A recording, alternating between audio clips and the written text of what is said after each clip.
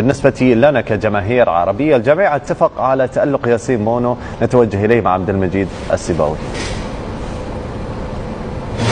يا بونو، الشعور ديالك في هذا الفوز والتتويج؟ اخويا فوز كبير صراحه. الموسم ما كانش سهل، ولكن يعني اللاعبين بينوا بان اولا هما لعابه كبار، وبان اشبيليه كيبقى فريق كبير، يعني رغم الظروف اللي تعاشت هذه السنه كيبقى فريق كبير، والحمد لله على هذا اللقب.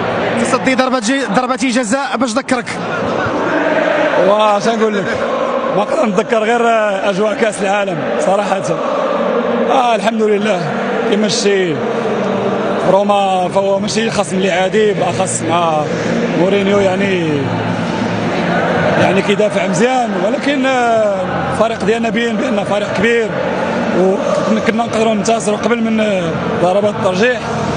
مي بون كتاب لينا نوصلوا ضربات الترجيح، والحمد لله سجلنا وما سجلوش الحمد لله.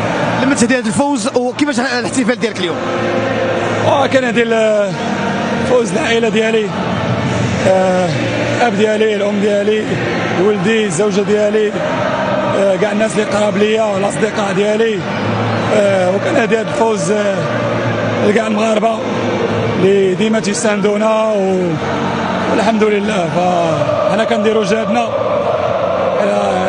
باش نشرفوا بلادنا، هادشي اللي كاين. فما كاين حتى شي حاجه اللي كتدفعنا من غير هادشي، كذب عليك كذاب، يعني لا فلوس لا حتى شي حاجه، يعني صراحه هادشي اللي كيدفعنا، يعني نشرفوا بلادنا وولاد بلادنا، ونبينوا بان المغاربه هما قادرين يفوزوا بالقاب كبار بحال هادو. الحمد لله.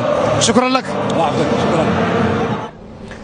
وكأن تاريخ كأس العالم يعيد نفسه في هذه المباراة.